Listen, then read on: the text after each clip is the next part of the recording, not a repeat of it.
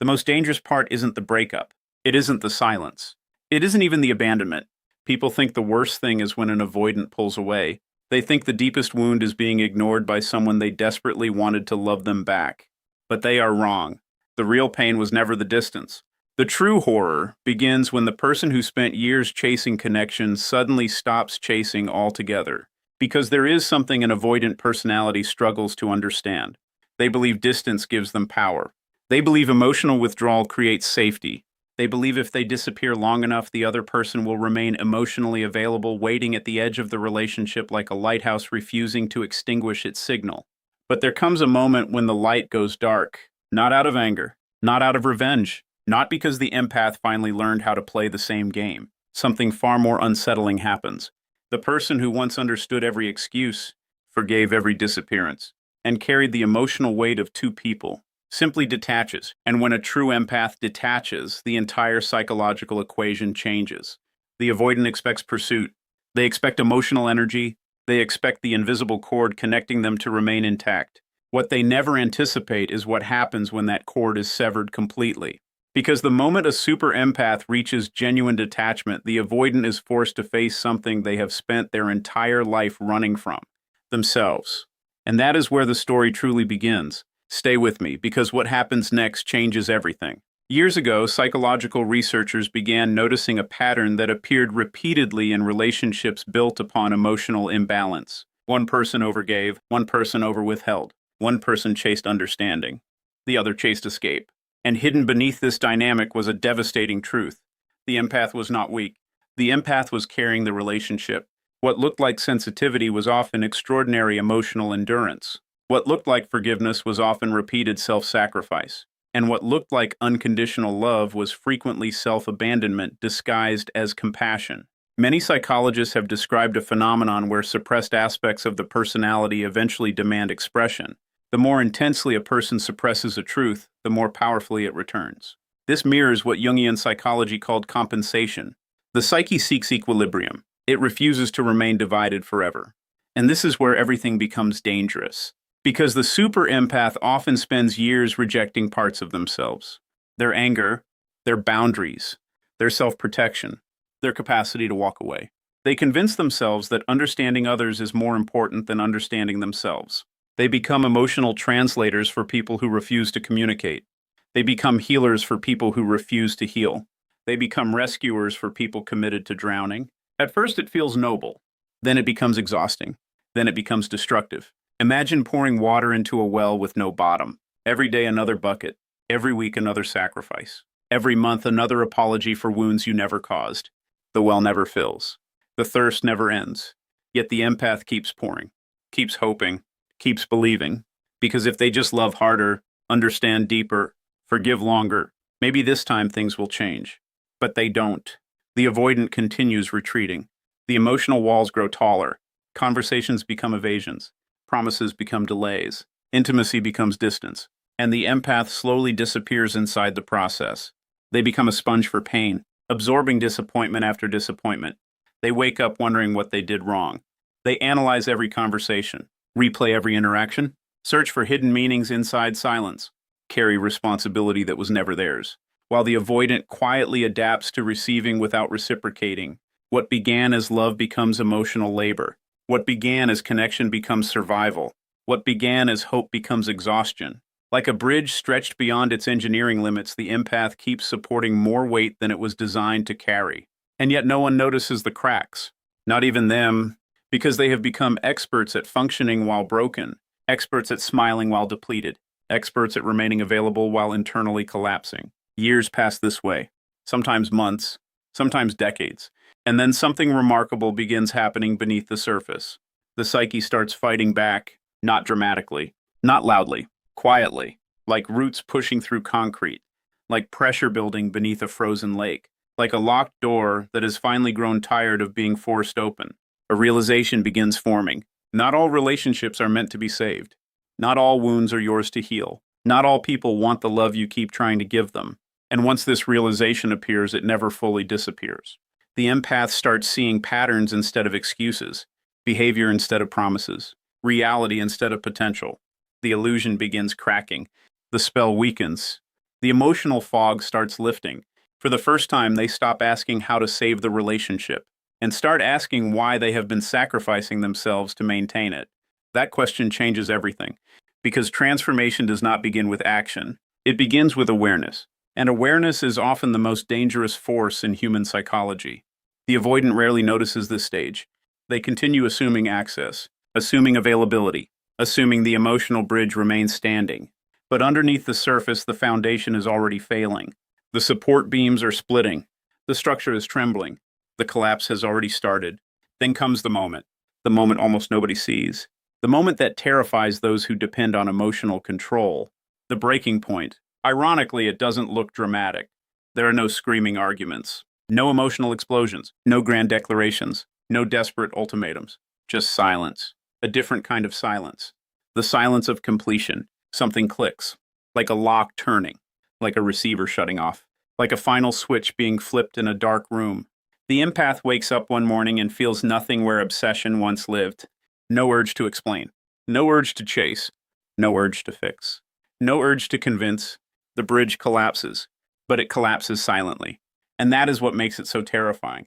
Because once this happens, the energy never fully returns. The avoidant senses something immediately, even if they cannot name it. The messages feel different. The conversations feel different. The emotional atmosphere feels different. Something is missing. The familiar pull is gone. The leash has been severed. The signal has been extinguished. The person who once waited is no longer waiting. And for the avoidant, this creates a psychological crisis, because their entire system was unconsciously built around distance. Distance only works when someone remains attached. Withdrawal only feels powerful when someone remains affected. But now the emotional hooks find nothing to catch. The bait remains untouched. The old patterns stop producing results. And suddenly the avoidant is standing alone with the one thing they spent years avoiding: emotional reality. Many people misunderstand what happens next. They assume the empath became cold. They assume they became bitter. They assume they became heartless. Nothing could be further from the truth. This is not emotional death. This is integration. The qualities they spent years suppressing finally return. The boundary they feared becomes their protection. The anger they avoided becomes information. The self-respect they abandoned becomes their foundation. The voice they silenced becomes their guide.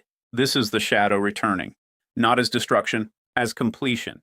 The psyche refuses fragmentation forever. Eventually, every neglected part demands recognition. And when the empath finally welcomes those abandoned pieces back home, something extraordinary happens. They become whole. The part they feared becomes the part that saves them. The part they rejected becomes the part that liberates them. The part they abandoned becomes the part that leads them out of suffering. Imagine a fortress that spent years leaving its gates open for everyone, every stranger, every intruder, every manipulator, every emotional vandal. Then one day the walls rise, the gates close, the guards awaken, not because the fortress hates the outside world, because it finally understands its value. That is what shadow integration feels like. Not cruelty, protection, not isolation, discernment, not revenge, sovereignty. And this is precisely why avoidants struggle with super empath detachment. Because once sovereignty emerges, manipulation loses oxygen. Guilt stops working. Emotional ambiguity stops working. Mixed signals stop working. Future promises stop working. Love bombing stops working.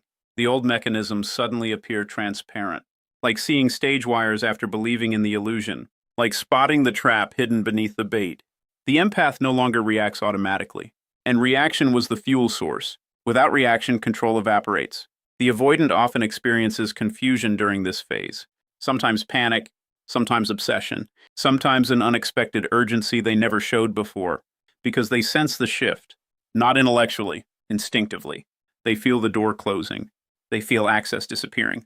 They feel the emotional resource they depended upon becoming unavailable. And for perhaps the first time, they encounter consequences. Not punishment, consequences.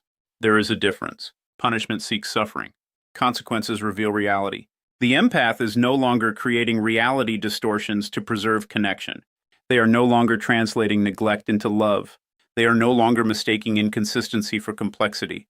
The illusion shatters, and everyone must now live inside the truth. This is often the stage where the avoidant becomes strangely attentive. Messages arrive, interest increases, curiosity returns, energy suddenly appears. But something has changed. The empath sees clearly now. The performance no longer feels convincing because clarity changes perception forever. Once a magician reveals the trick, the audience can never unknow it. Once the illusion breaks, reconstruction becomes nearly impossible. And that is where a new form of power emerges. Not dominance, not superiority. Immunity, psychological immunity. A state where manipulation cannot penetrate because self-worth no longer depends upon external validation. A state where emotional turbulence no longer dictates behavior. A state where peace becomes stronger than attachment. The super empath begins experiencing something unfamiliar. Stillness. Not emptiness, stillness. The nervous system relaxes. The hypervigilance fades. The constant analysis slows. The exhausting need for answers disappears. For years, they lived like a radio scanning frequencies, desperately searching for a signal. Now the search ends, and in the silence, they finally hear themselves. This is what individuation truly looks like. Not becoming someone new. Becoming who you always were before survival forced you to fragment. The false identities fall away. The people-pleaser dissolves. The rescuer dissolves. The self-abandoning caretaker dissolves. And underneath remains something powerful. An individual. Whole. Centered. Undivided. Like armor forged in fire, their boundaries become stronger precisely because they were tested. Like a house finally secured after years of invasion, their inner world becomes protected. Like a shattered compass repaired and recalibrated, they begin navigating according to truth rather than fear. The avoidant often mistakes this transformation for indifference. At first, perhaps it is, but eventually it evolves into something deeper, wisdom, because true indifference is not emotional numbness. It is freedom from compulsion, freedom from needing outcomes, freedom from needing explanations, freedom from needing closure from people incapable of providing it. The super empath stops explaining, stops defending, stops persuading, stops proving, stops waiting, not because they have given up, because they have awakened. They understand something profound. You cannot convince someone to value what they are committed to overlooking. You cannot force awareness upon someone invested in avoidance. You cannot carry another person's growth. That responsibility belongs to them. And once this truth settles into the soul, an extraordinary calm appears. The emotional storms lose their power. The chaos loses its influence. The old triggers lose their authority. The avoidant may still look back, may still wonder, may still reach out, may still feel the absence. But the empath is no longer standing where they left them. That version is gone. The person who tolerated endless uncertainty is gone.